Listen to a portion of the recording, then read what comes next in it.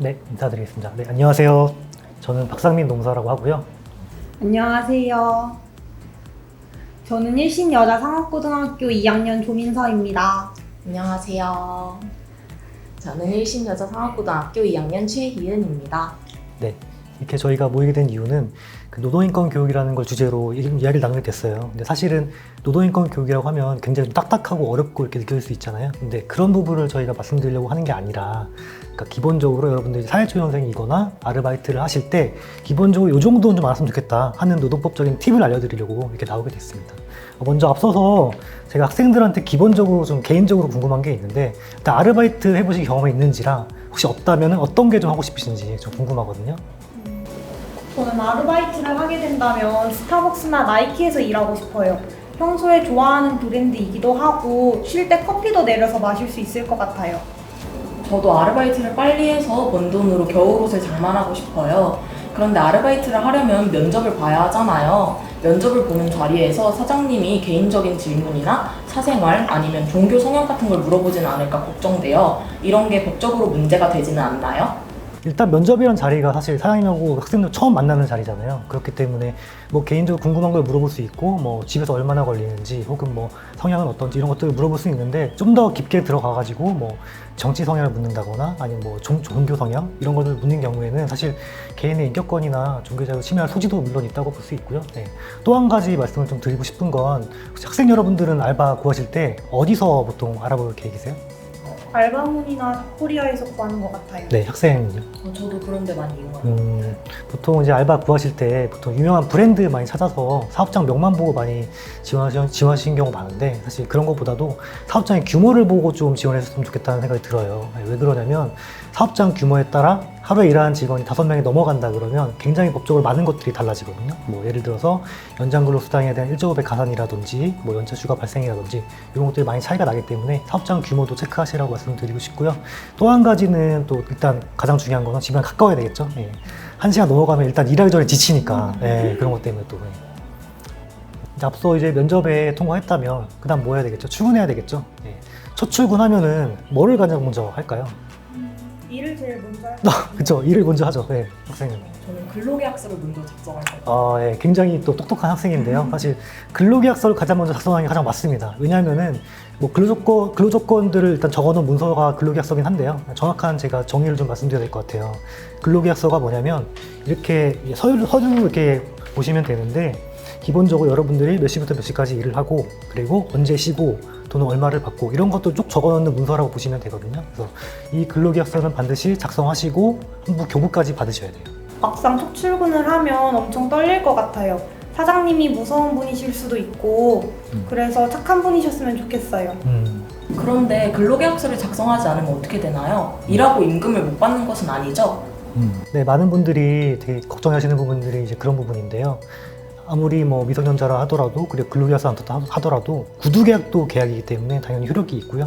따라서 일한 부분에 대해서 당연히 임금을 받을 수 있습니다. 예, 또 한 가지는 근로계약서를 안 쓰시게 되면 사장님들도 500만 원 이하의 벌금도 처할 수 있기 때문에 그 부분도 유의하시면 되겠고요.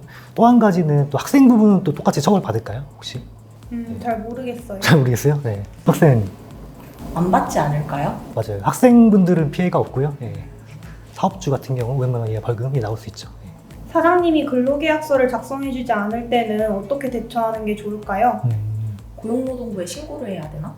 말씀하신 대로 신고하는 것도 나름대로 좋은 방법이긴 한데, 사실 다니면서 신고하기 쉽진 않죠. 뭐 출근하고 있는데 어느 날 불러가지고 너 혹시 신고했니? 이렇게 물어볼 수도 있잖아요. 예, 그러니까 그런 방법보다는 제가 두 가지를 좀 말씀드리고 싶은데, 첫 번째는 아직 여러분들 어리시기 때문에 뭐 부모님한테 뭐 허락을 받고 하시는 경우가 많잖아요. 그러니까 우리 어머니가 아르바이트 허락은 해주시는데 대신에 근로계약서 가지고 오면 허락해 주신다고 하신다, 이런 식으로 말씀해 보시는 것도 좋을 것 같고요. 예. 두 번째는 저 아시는 사장님이 근로계약서 안 쓰셔가지고 벌금 많이 받으셨는데 저희 좀 써야 되지 않을까요? 이런 식으로 하시는 거 좋겠죠? 예.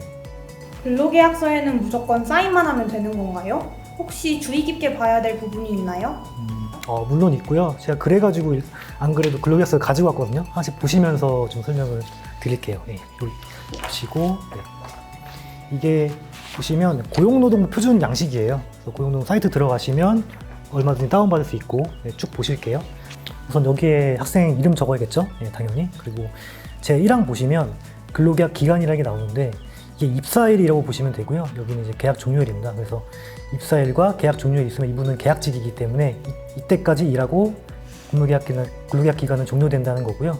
또 한 가지는 입사일도 왜 중요하냐? 보통 여러분들 1년 동안 일하면 퇴직금 나오잖아요. 그렇기 때문에 그 기준이 되는 게 입사일이니까 반드시 이것도 체크해 주시고요. 그리고 2항, 3항 같은 경우는 내가 어디서 일을 하고 무슨 일을 하는지 이런 것들이니까 쭉 눈여겨보시면 되겠고요. 제4항 같은 경우는 이제 근무 시간이에요. 그래서 여러분이 몇 시부터 몇 시까지 일을 하고 그리고 휴게 시간은 몇 시부터 몇 시까지인지 이런 것도 보시면 되겠습니다. 제가 6항 보시면 임금인데요. 보통 여러분들 아르바이트 하실 때는 시급제인 경우가 가장 많아요. 그렇기 때문에 올해 시급이랑 최저시급이랑 내 시급이 똑같은지 혹은 더 높은지를 봐야 되겠죠. 그래서 2020년 최저시급이 얼마죠? 네, 8,590원이고요. 내년 2021년 최저시급은 8,720원. 그래서 그 금액보다 높은지 혹은 똑같은지 이거를 체크하셔야 되겠죠. 네. 그리고 7항, 휴가랑 휴일. 보통 휴일 휴가를 같이 보통 두는데 일한 날이 있으면 이제 언제 쉬고 휴가는 얼마나 사용할 수 있는지 이런 것들 보시면 되겠고요. 네, 나머지 쭉 읽어보시면 되고 인적사항에 뭐 주소나 연락처, 성명, 사인까지 하시고 그리고 가장 중요한 거는 작성하시고 교부까지 받으시는 거 이것까지 하시면 되겠습니다. 마지막으로 드리고 싶은 말씀이 있는데 근로계약서는 아까 제가 말씀드리는 게 뭐 안 쓰면 벌금 나온다 이런 말씀 드리잖아요.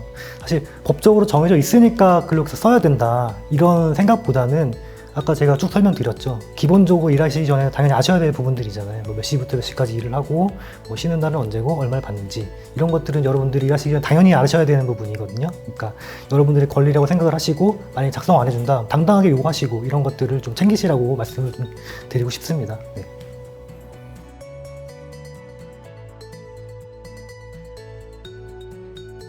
네, 두 번째 시간이고요. 이번에는 임금에 관한 사항에 대해서 좀 얘기를 해보려고 하는데 사실 여러분들 아르바이트 하시는 이유가 뭐예요? 결국은 돈 때문에 하는 경우가 가장 많죠. 네, 그래서 임금에 관한 사항에 대해서 뭐 계산 방법이라든지 뭐 지급 원칙 이런 것들을 얘기해 보려고 하는데요. 혹시 학생 여러분들은 어떤 게 좀 궁금하세요? 미성년자는 최저임금보다 적게 받아도 되지 않아요? 혹시 저희 같은 미성년자는 부모님에게 돈이 입금되거나 하진 않을까요? 네, 먼저 첫 번째 학생에 대한 질문부터 답변을 하면은 사실 미성년자라 하더라도 당연히 최저임금 이상은 지급이 돼야 되고요. 따라서 뭐 근로계약서 상에 학생이니까 뭐 시급 뭐 7,000원만 줄게 이런 식으로 한다 하더라도 효력이 없는 거죠. 그때는 법에 따라서 최저임금 이상으로 지급하게 한 것으로 봅니다. 네, 그렇게 이해하시면 되겠고요. 또 한 가지는 물론 예외가 한 가지 있는데 예를 들어서 여러분들이 근로계약 기간을 1년 이상으로 정한 상태에서 3개월의 수습 기간 동안은 최저임금의 90% 이상만 지급하면 문제는 없어요. 네, 물론 그런 예외는 있습니다. 근데 아르바이트를 1년 이상 하는 경우는 별로 없는 것 같아요. 일반적으로 3개월에서 6개월 정도를 한다고 하면 저희는 무조건 최저임금 이상을 받아야 되는 거네요? 오, 똑똑한데. 네, 이제 다음으로 학생 질문에 좀 답변을 드리려고 하는데 일은 내가 했는데 임금은 뭐 부모님이나 다른 사람이 받는 경우에 이게 직접불의 원칙에 위반된다는 건데 이거는 임금의 직접불의 원칙이랑 좀 연관성이 있어요. 그래서 임금의 4대 원칙을 다 같이 한번 말씀을 드리면서 좀 설명을 드리려고 하거든요. 첫 번째는 임금의 직접불의 원칙이라는 게 있어요. 일단 이름에서 좀 감이 오시죠? 직접불, 직접 지급해야 된다 이런 의미거든요. 그래서 임금은 내가 근로를 했으니까 내가 일을 했으니까 돈도 내가 받는 거고 이건 미성년자를 하더라도 똑같은 거거든요. 그래서 그런 원칙이 있다 알아두시면 될 것 같고요. 두 번째는 정기불의 원칙, 임금의 정기불의 원칙이라는 게 있어요. 정기불의 원칙은 뭐냐면 임금을 지급받을 때는 매월 정해진 날에 정기적으로 지급해야 된다 이런 의미고 예를 들어서 뭐 어떤 달은 2주에 한 번씩 주고 어떤 달은 3개월치 몰아서 주고 다 안 된다는 거죠. 매 정기적 정해진 날에 지급받아야 된다. 이게 임금의 정기불의 원칙 이렇게 보시면 되겠습니다. 세 번째는 임금의 전액불의 원칙이라는 게 있어요. 이건 뭐냐면 말 그대로 내가 일한 만큼 전액 다 받아야 된다 이런 의미죠. 그러니까 예컨대 제가 식당에서 아르바이트를 하는데 굉장히 비싼 유류자를 깼어요. 근데 이게 뭐 한 20만 원 하는 거예요. 근데 제 급여가 100만 원인데 20만 원을 차감하고 80만 원 받는다. 이거는 안 된다는 거죠. 왜냐? 임금은 전액 지급을 해야 되니까. 이게 전액불의 원칙이고요. 네 번째는 통화불의 원칙이고요. 통화, 말 그대로 현금이나 제 개인 계좌로 계좌이체를 받는 경우 이런 경우가 허용되는 거지. 예를 들어서 뭐 표준 알바하는데 쌀포를 받는다든지 아니면 뭐 PC방 알바를 하는데 뭐 컴퓨터를 받는다든지 이런 건 다 안 된다는 거죠. 근데 왜 그러냐면 여러분들이 돈을 벌면 그걸 사용을 해야 되는데 뭔가 물건으로 받으면 이걸 또 돈으로 바꿔서 그걸 가지고 또 써야 되는 거잖아요. 이런 번거로움이 있으니까 반드시 통화로 지급받아야 된다. 이렇게 이해를 하시면 될 것 같아요. 아, 노트북 받으면 더 좋을 것 같은데. 그니까요. 스마트폰 같은 거 받으면 좋을 텐데. 에이, 그래도 안 됩니다. 네, 다음으로는 주휴수당에 대해서 좀 얘기를 해보려고 하는데, 주휴수당 혹시 들어보신 적 있으신가요? 아니요. 없죠. 예, 주휴수당이 뭐냐면 여러분들 일주일 동안 열심히 일을 하시면 그 중에 하루는 반드시 쉬도록 되어 있는 거고, 그날을 유급휴일이라고 하고요. 이날 받는 돈이 주휴수당이라고 합니다. 그러면은 주휴수당에 일주일 동안 일하면 무조건 받을 수 있는 건가요? 사실 무조건 받을 수 있는 건 아니고요. 세 가지 요건이 있는데 제가 하나 좀 설명 좀 드릴게요. 예, 첫 번째는 일단 일주일에 15시간 이상 일을 해줘야 돼요.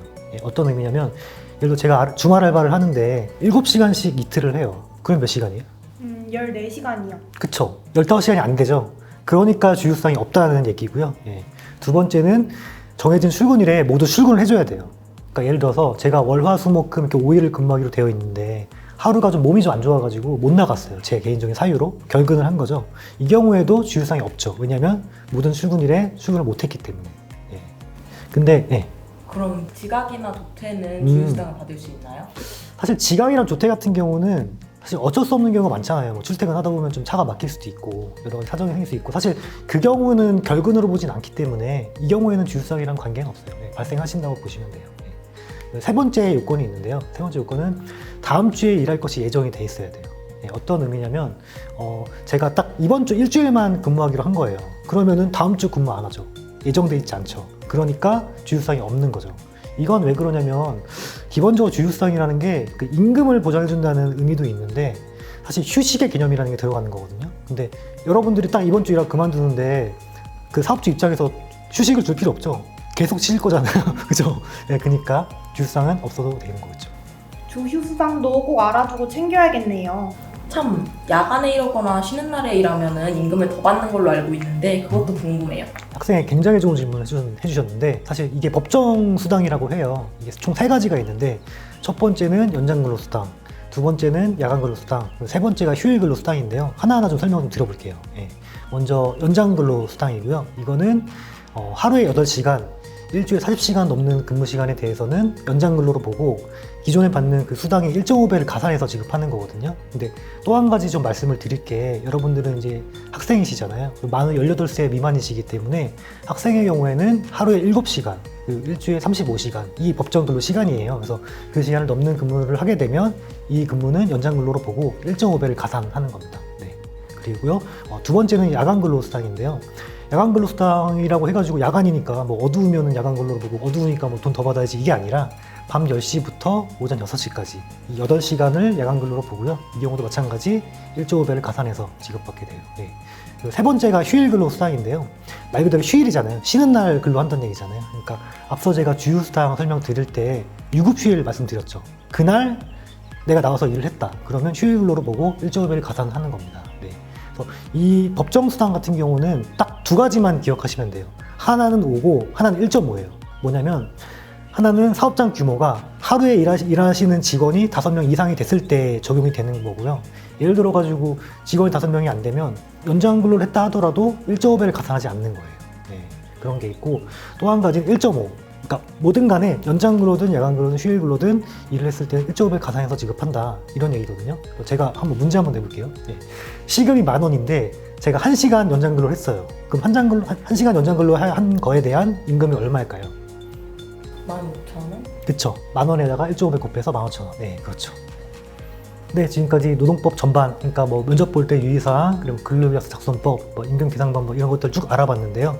앞으로 여러분 아르바이트 하실 때 굉장히 많은 도움이 되실 거라고 생각을 하고 믿어 의심치 않겠습니다. 많이 도움 되셨나요? 네, 많이 도움됐어요. 학생은요? 저도 정말 많이 도움돼요. 네, 믿겠습니다. 네, 정말 많이 도움이 되셨으면 좋겠고 앞으로 보시는 분들도 아르바이트 하실 때 정말 많은 도움이 되시고 혹시라도 또 궁금하신 점이 생기시면 밑에 또 댓글 달아주시면 제가 성심성의껏 답변 드리겠습니다. 네. 정말 많이 도움됐습니다. 감사합니다. 네, 감사합니다.